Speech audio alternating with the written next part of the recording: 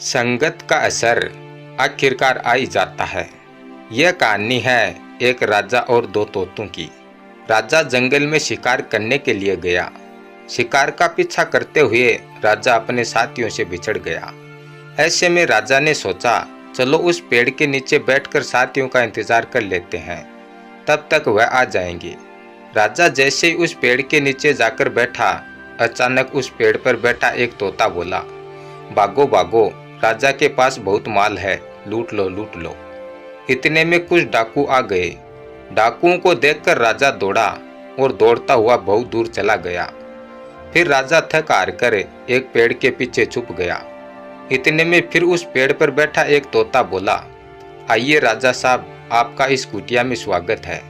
यहाँ से थोड़ी दूर पर हमारे गुरुजी की कुटिया है।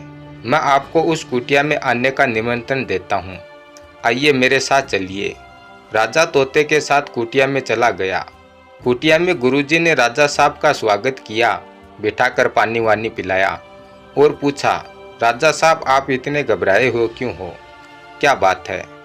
राजा ने सारी बातें गुरुजी को बताई। गुरुजी बोले, अब आप घबराइए नहीं, यहाँ आपको कोई परेशानी नहीं है। फिर राजा ने गुरुजी से पूछा कि मुझे एक बात समझ में नहीं आ रही है।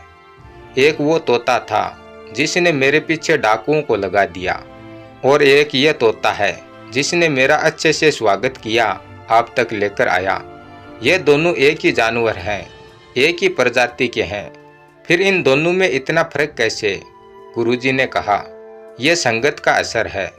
वो तोता डाकुओं के साथ रहता है, इसलिए उनकी तरह बन गया, और यह तोता मेरे साथ रहता है, इसलिए मेरी तरह बन गया। सारा खेल संगत का है। इस कहानी से हमें यह सीख मिलती है कि जैसी आपकी संगत होगी वैसे ही आप बन जाओगे। जैसे कोयला गर्म होता है तो हाथ जला देता है, और ठंडा होता है तो हाथ काले कर देता है, वैसे ही संगत होती है। संगत का असर आ ही जाता है, इसलिए अपनी संगत का ध्यान रखिए। जैसा आप बनना चाहते हैं वैसी ही संगत में रहिए और खुश रहिए। धन्यवाद।